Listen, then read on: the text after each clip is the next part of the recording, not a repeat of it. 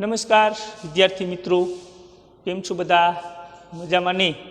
श्री सत्यप्रकाश विद्यापीठ द्वारा आयोजित YouTube online education में आप सबनु स्वागत है। तो विद्यार्थी मित्रों, धोरण 9 हिंदी एनी अंदर आपणे 12मो पाठ रानी जे समझी रह्या हता, जे महादेवी वर्मा लिखित रानी के एना विषे आपणे घणी बधी चर्चाओ करी हती। पाठ पण आपणे थोड़ा घणो समझ्या हता कि रानी एटले एक घोड़ीनुं नाम छे कि महादेवी वर्माना पिता एना माटे लई आवे छे घोड़ी, टट्टू जेने कहीए, बराबर, ए लई आवे छे। अने आ कवि परिचय पण आपणे समझ्या हता अने आगळ पाठ पण आपणे समझ्या हता। अने त्यारबाद जोईए आपणे के छेल्ले अहींया सुधी आपणे पहुंच्या हता, बराबर, कि अब तो हम उस छोटे टट्टू से बहुत प्रभावित और आतंकित हुए कि महादेवी वर्मा अने एमना भाईओ आ बधा आ नाना एवा घोड़ीना बच्चाने जोई अने खूब ज प्रभावित थाय छे अने आनंदित थाय छे। हमारे तथा हमारे अन्य साथी जीवों के लिए न मकान में कोई परिवर्तन हुआ, न कोई विशेष नौकर रखा गया। अने आजे अहींया लई आववामां आव्या घोड़ीने बधुं लई आववामां आव्युं, बराबर, तो एना माटे कोई साथी जीवनी जरूर न पड़ी कि पछी एना नौकर राखवानी पण जरूर नहीं पड़ती। रामा को तो नौकर कहा ही नहीं जा सकता, क्योंकि वह तो डांटने फटकारने के अतिरिक्त हमारे कान भी खींचता था और हमारी खिड़की तक दरवाजे में परिवर्तित नहीं हो सकी, जिससे हम रोजी और निक्की के साथ कूदने के कष्ट से मुक्त हो सकते कि भाई अहींया रामू जे हतो रामा, बराबर, तो ई आ रानीना घरनो नौकर हतो, पण एने नौकर न कहेता। शुं काम? तो कि घरना एक सभ्यनी जेम एमनी साथे पड़ी गयेलो, क्यारेक क्यारेक आ बाळकोना कान पण खींचतो अने ए सिवाय मकानमां कोई पण परिवर्तन करवामां नथी आवतुं। अने आ निकी रोजी, बराबर, आ पण एम कहेवाय ने कि बधा एकाबीजा साथे आ जनावरनी साथे खेलकूद करे, रमत करे अने कोईने कोई पण प्रकारनुं कष्ट पण न रहेतुं। बाबूजी से यह सुनकर कि भी वह टट्टू हमारी सवारी के लिए आया है। एमना पिताए ए पण वात करी कि आ घोड़ी छे टट्टू, तो ये तमारी सवारी माटे ज छे। हम सब 4-5 दिन उससे रुष्ट और अप्रसन्न ही घूमते रहे, परंतु अंत में उसने हमारी मित्रता प्राप्त ही कर ली। कि जे आ टट्टू हतुं तो एनी साथे थोड़ुंक शरू में तो आ लेखिका ने એટલે महादेवी वर्मा ने अने एमना भाईओ ने एमनी साथे एटલું બધું ભળતું नहीं, अप्रसन्न रहता, मतलब एनाथी खुश न थता। पण धीमे धीमे आ रानी साथे એટલે કે आ घोड़ी साथे पण एम कहेवाय ने कि एनी मित्रता थई गई। रामा से उसका नाम पूछने पर ज्ञात हुआ कि उसे ताज रानी कहकर पुकारा जाता है। એટલે રામાએ બાળકોએ રામાને પૂછ્યું, એમના નોકરને, તો ખબર પડી કે આ ઘોડીને તાજ રાણી તરીકે ઓળખવામાં આવે છે, એને તાજ રાણી તરીકે પુકારો એટલે કે બોલાવવામાં આવે છે। ताजमहल का चित्र हमने देखा था और रामा और कल्लू को माँ की सभी कहानियों में रानी के सुख दुख की गाथा सुनते सुनते हम उसके प्रति बड़े सहृदय हो गए थे। એટલે કે ભાઈ તાજમહેલનું નામ આ લેખિકાએ એના ભાઈઓએ આ બાળકોએ બધાએ સાંભળેલું અને સાથે સાથે રાણીની વાર્તાઓ પણ સાંભળેલી કે રામા ક્યારેક સંભળાય અથવા તો એમને માતા કે એમના દાદી આ લેખિકાને એમના ભાઈઓને આ વાર્તાઓ સંભળાવે, એટલે આ બધું એમને ખ્યાલ, એટલા માટે એમ કહેવાય ને કે આ ઘોડી સાથે એટલે કે રાની સાથે એને થોડોક વધારે लगाव थयो। ताजमहल जैसे भवन की रानी होने पर भी यह वहाँ से कहानी की रानी की तरह निकल दी गई। यह कल्पना करते ही हमारी सारी ईर्ष्या और सारा रोष करुणा से पिघल गया और हम उसे और अधिक आराम देने के उपाय सोचने लगे। ये कि भाई ताजमहल जेवा भवन में रहनारी जो एक बाळकनी पोतानी मनना विचारोनी वात छे कि ताजमहल में रहनारी आ रानी એટલે કે ઘોડી ખરેખર એવું નહોતું, પણ આ બાળકોએ જે વાર્તાઓ સાંભળી રાણીની, રાજાઓની, આ તાજમહેલ, એટલે એના ઉપરથી એને આ ઘોડીનું નામ રાની, તાજ રાની રાખેલું, એટલે તાજને રાની આવું બધું જોડી અને એમ કહેવાય ને, એટલા માટે આમના પ્રત્યે એટલે કે આ ઘોડી પ્રત્યે આ લેખિકાને એટલે કે મહાદેવી વર્માને અને એમના ભાઈઓને વધારે લગાવ રહે છે, વધારે લાડકોડથી એને રાખે છે અને એના પ્રત્યે જે એને ઈર્ષાઓ હતી, તકલીફો હતી, એ તકલીફો દૂર થાય છે અને હંમેશા પોતે એવું વિચારવા લાગે છે કે આપણા રાનીને એટલે કે આ ઘોડીને આરામ આપવો જોઈએ. वह इतनी सुंदर थी कि अब तक उसकी छवि आँखों में वसी जैसी है ने, અને એ ઘોડી એટલી બધી સુંદર હતી કે હજી પણ મહાદેવી વર્મા એમ કહે છે કે એની છબી અમારી આંખોમાં છવાયેલી છે.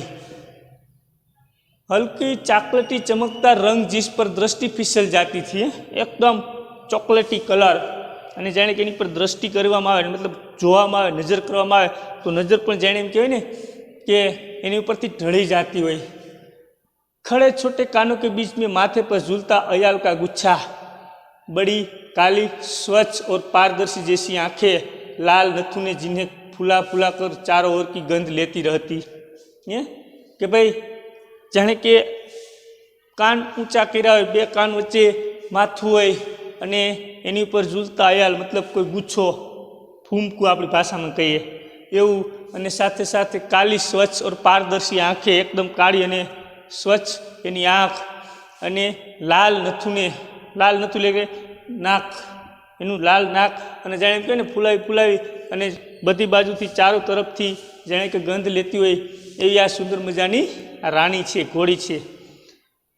उजले दांत और लाल जीभ की झलक देते हुए गुलाबी ओठों वाला लंबा मुंह जो लोहा चबाते रहने पर भी क्षत विक्षत नहीं होता था. અને સાથે સાથે એમ કહેવાય ને કે એકદમ ઉજળા દાંત અને લાલ જીભ અને ગુલાબી એના હોઠ, અને જાણે એમ કહેવાય ને કે લોખંડના ચણા ચાવતી હોય તો પણ એના દાંત છત વિક્ષત ન થતા, મતલબ કે એમાં કોઈ પણ પ્રકારનું નુકસાન ન થતું એવી આ સુંદર મજાની આ रानी हती, आ घोड़ी हती. ऊंचाई के अनुपात से पीठ की चौड़ाई अधिक है, सुडोल मजबूत पैर और सघन पूछ जो मक्खियाँ उड़ाने के क्रम में मोरछल के समान उड़ती गिरती रहती थी. અને સાથે સાથે ઊંચાઈ અને ચોડાઈ અધિક, ઊંચી એના કરતાં પોળી વધારે, અને સુડોલ અને મજબૂત, એટલે કે તાકતવર અને મજબૂત છે, અને એની પૂછ એટલે કે પૂંછડી પણ એટલી બધી સુંદર છે કે જાણે કે માખી ઉડાડવામાં પણ કોઈ મોરપીંછનું હોય, મોરપીંછનું બરાબર એવી રીતે એ પોતે માખી ઉડાડવા માટેનું પૂંછડી પણ એવી છે. उस समय यह सब समझने की बुद्धि नहीं थी, परंतु इतने दीर्घ काल के उपरांत भी स्मृति पट पर वे रेखाएं ऐसे उभर आती है जैसे किसी अदृश्य स्याही से लिखे अक्षर अग्नि के ताप से प्रत्यक्ष होने लगते हैं. કે એ જે આ સુંદર ઘોડી હતી ત્યારે એટલી સમજવાની લેખિકા કે અમારામાં બુદ્ધિ ન હતી, પણ આ સુંદર ઘોડી હતી જેથી કરી અને એનો દીર્ઘ સમય, મતલબ કે ઘણો સમય થઈ ગયો હતો છતાં પણ એના જીવનમાંથી એની સ્મૃતિપટમાંથી, મતલબ કે એની સ્મરણમાંથી, એની યાદમાંથી એ જતી ન હતી, અને જાણે એમ કહેવાય ને કોઈ અદૃશ્ય શાહીથી લખાણ કર્યું હોય અને એને તાપ લાગે અને એ તાપ લાગ્યા પછી એ અક્ષર આપોઆપ દેખાવા લાગે એવી આ ઘોડી હંમેશા મહાદેવી વર્માની નજર સમક્ષ રહેતી. हम बार बार सोचते हैं कि वह कुछ और छोटी क्यों न हुई, કે વારંવાર આ લેખિકા અને એમના ભાઈઓ વિચારે છે કે હજી કેમ એ નાની ન હતી. होते तो हम रोजी और निकी के समान उसे भी अपने कमरे में रख लेते हैं, કે ભાઈ આ રોજી નિકી બરાબર આ તો એક નાના નાના પ્રાણી, તો સ્વાભાવિક છે કે એ ઘરની અંદર રહી શકે, પણ આ તો ઘોડી છે, ઘોડી તો કાંઈ ઘરની અંદર રહી ન શકે. એટલે મહાદેવી વર્મા કે કદાચ એ નાની હોત તો અમે પણ એને हमारे साथे हमारा रूम ની અંદર રાખત. रानी को अपने कमरे में ले जाना संभव नहीं था, अतः अस्तबल बना हुआ बरामदा ही हमारी अराजकता का कार्यालय बना. એટલે કે રાની એટલે કે આ મહાદેવી વર્મા જે આ પોતે એમ કહે ને કે એ ભાઈ બહેનો બધા એવું વિચારે છે કે આ રાનીને એટલે કે આ ઘોડીને પોતાના રૂમમાં લઈ જવું તો શક્ય ન હતું, એટલે એના માટે અસ્તબલ બનાવવામાં આવ્યું. બરાબર, અસ્તબલ એટલે ઘોડાને કે ઘોડીને રાખવાની જગ્યા એને અસ્તબલ કહેવાય. તો એ જે બરામદા ઘરનો આમ કહે ને બારોબારનો ભાગ આંગણું જેને આપણી ભાષામાં કહીએ ત્યાં એને રાખી હતી, એટલે એ જાણે કે એનું કાર્યાલય એ બની ગયું બાળકોનું. શું કામ? તો કે બાળકો પોતાના રૂમમાં રહેવાથી વિશેષ આ અસ્તબલમાં એટલે કે આ ઘોડીની સામે જ रहता. बरामदे घोड़े बांधने के लिए तो बना नहीं था, अतः उसकी दीवार में एक खुली अलमारी और कई आते ताक थे. અને આંગણું છે તો એ કોઈ ઘોડા બાંધવા માટેની જગ્યા નહોતી, અથવા તો કોઈ તબેલો કે અસ્તબલ ન હતું, પણ એમ કહેવાય ને કે અહીંયા ખુલ્લી અલમારી જેવું બધું હતી જગ્યાઓ, બરાબર. તો એ જગ્યાને દીવાર તોડી એટલે કે દિવાલ તોડી અને ત્યાં એ રીતની આ ઘોડી માટે એટલે કે રાણી માટે જગ્યા બનાવે. उन्हीं में हमारा स्वेच्छाया विस्थापित और शरणार्थी खिलौने का परिवार स्थापित होने लगा. અને ત્યાં જ એની પાસે જે કાંઈ રમકડાઓ હતા, ખેલકૂદના જે સાધનો હતા, રમકડા બધા ખિલોના, એ બધું ત્યાં રાખવા લાગે છે. रानी की गर्दन में झूल झूल कर उसके कान और अयाल में फूल खोस खोस कर और उसको बिस्कुट मिठाई आदि खिला खिला कर थोड़े ही दिनों में हमने उससे ऐसी मैत्री कर ली कि हमें न देखने पर वह अस्थिर होकर पैर पटकने और हीन हिनाने लगती. એટલે કે અમુક સમય પછી આ રાની એટલે કે ઘોડીના ગળે એમ કહેવાય ને કે આ મહાદેવી વર્મા એમના ભાઈઓ આ બધા શું કરતા તો કે એની ગરદને લટકતા એટલે કે ઝૂલા ઝૂલતા, અને એનું અયાલ પાછળનું જે આ માથાનો ભાગ છે જે ગુચ્છો રાખ્યો છે, બરાબર, ફૂમકું જેને કહીએ, એમાં ફૂલ રાખી રાખી અને હંમેશા એને બિસ્કિટ ને મીઠાઈ ને એવું બધું ખવડાવી અને એની સાથે એકદમ મિત્રતા થઈ જાય છે આ મહાદેવી વર્માને અને એમના ભાઈઓને. અને પછી તો જ્યારે એમ કહેવાય ને કે આ મહાદેવી વર્માને કે એમના ભાઈઓને ઘોડી ન જોવે તો ઘોડી પણ એમ કહેવાય ને કે પગ પછાડવા લાગતી અને હણહણવા લાગતી. હણહણવું એટલે ઘોડીનું બોલવું એને અણહણવું કહેવાય. फिर हमारी घुड़सवारी का कार्यक्रम आरंभ हुआ. घोड़ी थोड़ी मोटी થઈ એટલે એને ઘોડેસવારીનો કાર્યક્રમ આરંભ થાય છે, મતલબ કે એને સવારીની શરૂઆત કરે છે. मेरे और बहन के लिए सामान्य छोटी पर सुंदर जीन खरीदी गई और भाई के लिए चमड़े के घेरे वाली ऐसी जीन बनवाई गई जिससे संतुलन होने पर भी गिरने का भय नहीं था. એટલે કે આ લેખિકા એટલે કે મહાદેવી વર્મા માટે અને એમની બહેન માટે જીન બનાવવામાં આવ્યું. જીન એટલે કે ઘોડી ઉપર જે બેસવાનું જે આસન હોય, બેસવા માટેનું જે ગાદી જેવું તકિયા જેવું, બરાબર, એને જીન કહેવામાં આવે. અને સાથે સાથે એમનો નાનો ભાઈ હતો એના માટે પણ એવું આમ ઘેરાવાળું એટલે કે ફરતી બાજુથી આમ પેક, જેથી કરી અને બાળક પડી ન જાય એવું બનાવવામાં આવ્યું, જેથી કરી અને પડવાની બીક ન લાગે, બરાબર. એવા આ જીન આ મહાદેવી વર્મા માટે અને એમના ભાઈઓ માટે बनावा में. बाहर के चबूतरे पर खड़े होकर हम बारी बारी से रानी पर आरूढ़ होते और छूटन साथ दौड़ता हुआ हमें घुमाता. અને બારોબાર ઘોડીને લઈ જાય અને ચબૂતરો એટલે કબૂતરાનો જે એક પ્રકારનો ઓટો, ત્યાં ઓટા ઉપર ત્યાં ઘોડીને ત્યાં પાસે ઊભી રાખે અને પછી એ ઓટા ઉપરથી એમ કહેવાય ને કે વારા પરથી વારા આ મહાદેવી વર્મા અને એના ભાઈઓ આ ઘોડી ઉપર બેસતા અને વારા પરથી વારા બધા चक्कर लगाता. सवेरे भाई बहन घूमते और स्कूल से लौटने पर तीसरे पहर या संध्या समय मेरे साथ यह कार्यक्रम दोहराया जाता है कि सवार सांझ से तो यह महादेवी वर्मा भाई बहन एनी पर चक्कर लगावता અને સ્કૂલેથી છૂટીને જ્યારે મહાદેવી વર્મા આવે તો ત્યારે તીસરે પ્રહર એટલે કે બપોર પછીનો સમય અથવા તો સાંજના સમયે મહાદેવી વર્માનો વારો આવતો, એટલે આ રીતે વારા પરથી વારા બધા चक्कर लगावता. परंतु ऐसी सवारी से हमारी विद्रोही प्रकृति कैसे संतुष्ट हो सकती थी. अस्तबल में रानी की गर्दन में झूलकर तथा स्टूल के सहारे उसकी पीठ पर चढ़कर भी हम संतोष न होता था.